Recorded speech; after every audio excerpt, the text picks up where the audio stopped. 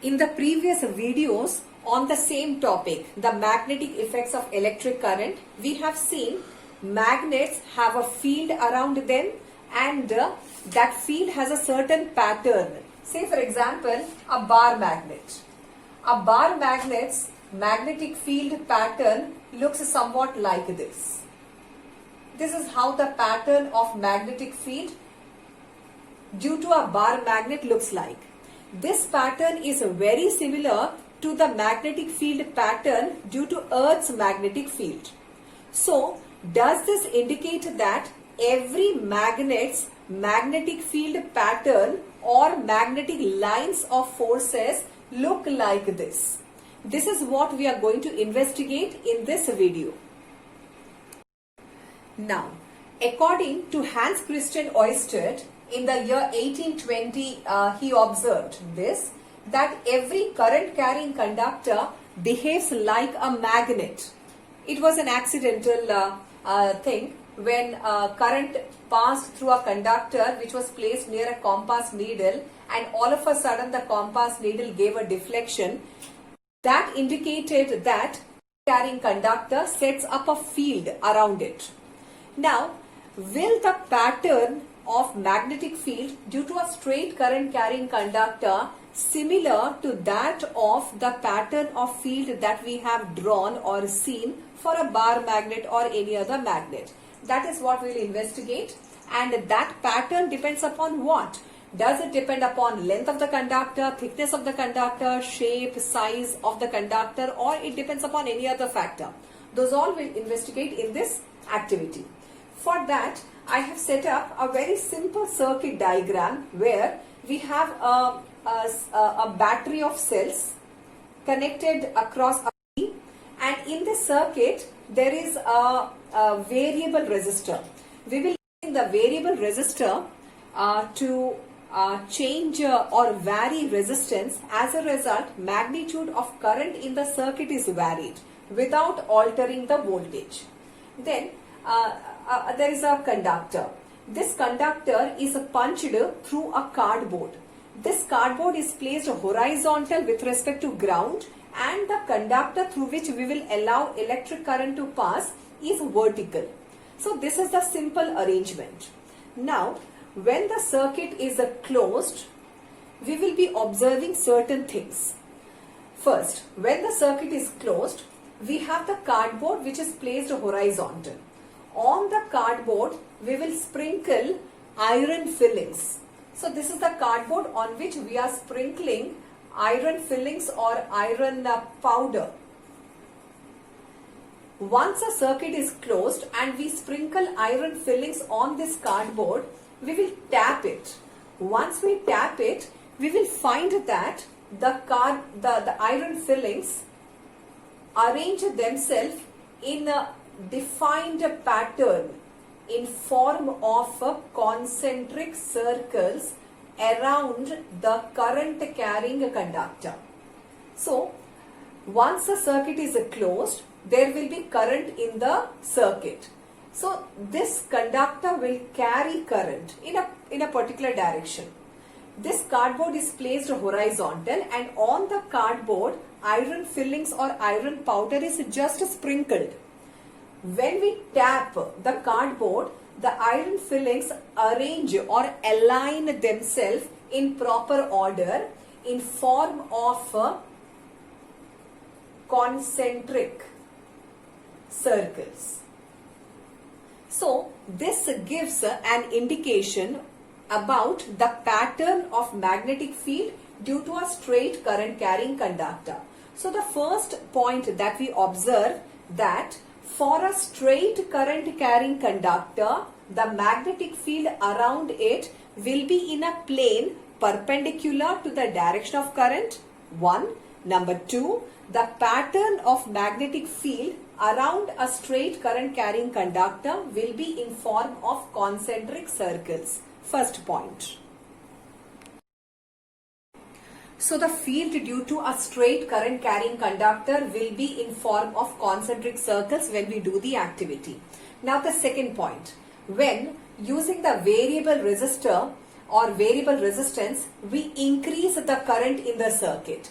Then the magnitude of current in this straight current carrying conductor will be more. As a result, the concentric form of iron fillings, the pattern that is formed, these iron fillings will become more and more denser and will become very much closer to each other. That means the field lines will be very close to each other, indicating the stronger magnetic field. That means when the magnitude of electric current in the conductor is more, the field strength around it also becomes more.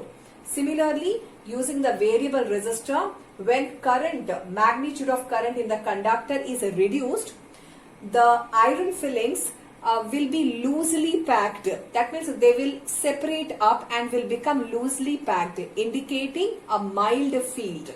So this is the second observation, that the magnetic field induction is directly proportional to the magnitude of current in the conductor. More magnitude of current in the conductor will result in a stronger field around it, and less magnitude of current in the conductor will result in mild field. Now, for the third observation, we can take a magnetic compass needle near a straight current carrying conductor. So, a compass needle. Now, for the same magnitude of electric current in the conductor, that means we are not changing the magnitude of current in the conductor. Then near the conductor, when the compass needle is taken, the compass needle experiences good amount of disturbance. So a wide amount of deflection or disturbance is seen. When the same compass needle is taken a bit far from the conductor, the amount of disturbance or deflection that we see in the compass needle will be comparatively less. And when the compass needle is taken to quite a greater distance, a bit away from the straight current carrying conductor, there is no deflection in the compass needle. So this indicates that the magnetic field strength is more near the current carrying conductor, and it becomes less as we move away from the straight current carrying conductor. So that means at a distance away, that means when it is closer, field is strong. At a far distance, say the distance between the compass needle or the point of observation and the conductor be some r. Then at a far distance from the straight current carrying conductor, the magnetic field is a mild, means less. Closer, it is a stronger. So here we get our third observation, that the magnetic field induction is inversely proportional to the distance from the conductor. That means if distance from the conductor, the point of observation is at a certain distance, distance from conductor is far, then field is less. That means if r is more, this distance is more, then magnetic field induction will be less.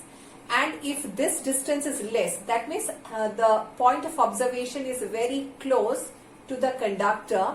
So if this distance is less, then field strength is stronger. So this is the third observation. Now the fourth observation. For a straight current carrying conductor, we can know the direction of magnetic field using the right hand thumb rule. For this direction of electric current, we will have the direction of magnetic field like this.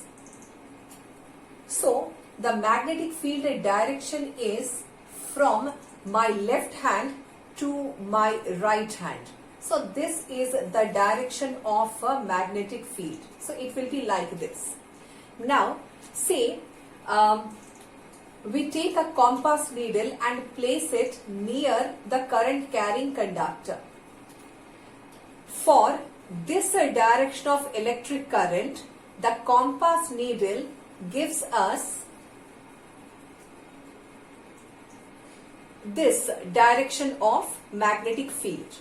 But when we reverse the direction of current in the conductor, what happens to the direction of deflection?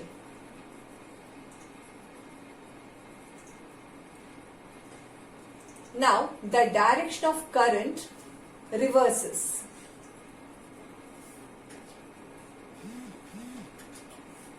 Now, current flows in this direction, means bottom to top.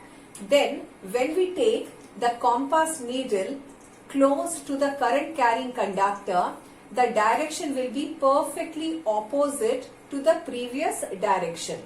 That we can find using compass needle, also using the right hand rule. See, the thumb is along the direction of electric current, then the curl of 4 fingers. Before, like this, from my right side to left side. Now before my left side to right side. And now for this current direction, from my right side to left side. So, if a direction of current is reversed, direction of magnetic field also reverses. So, magnetic field direction depends upon the direction of electric current in the conductor. So, from the activity we understood the field due to a straight current carrying conductor. First point, the magnetic lines of forces will be in form of concentric circles due to a straight current carrying conductor, and that too the field will be in a plane perpendicular to the current direction. So, magnetic field will be in a plane perpendicular, means if it is horizontal, current will be vertical. So, concentric circles, first point. Number 2, the direction of magnetic field will change if direction of current reverses. That we have done using compass needle. That also we can do using the right hand thumb rule. See friends, for this current direction, the thumb is along the direction of electric current. Then the curl of 4 fingers give the direction of magnetic field around it. So according to right hand thumb rule, the magnetic field direction will be from the right side to my left side. So this is the direction of magnetic field. So if current direction is bottom to top, field is around it like this. Then when the current direction is reversed, the field direction will be also reversed. So this time the field direction will be from my left side to my right side using right hand thumb rule. This we can do using compass needle also. Or instead of putting iron fillings on the cardboard, we can put the compass needle and track the arrowhead and draw the lines of forces, which will ultimately be in form of the concentric circles. So that was first point. Next, we found that the magnetic field induction is directly proportional to the magnitude of electric current in the conductor. Also, we found that the magnetic field induction is inversely proportional to the distance from conductor. Far from the conductor, field is mild. Close to the conductor, field is strong. So, these are the 2 mathematical relations we got. If we concise these 2, we will get a B. Directly multiplying these 2, we will get magnitude of electric current divided by R. R is the distance from conductor. Here, I is the magnitude. The magnitude of electric current in the conductor, and R is the distance of the point of observation from the conductor. Distance from the conductor where we are finding the strength of a field. So this one. When we want to remove the proportionality symbol, we have to put is equal to and a constant of proportionality. So B is equal to K I by R. And here K is mu naught by 4 pi, where mu naught is the permeability.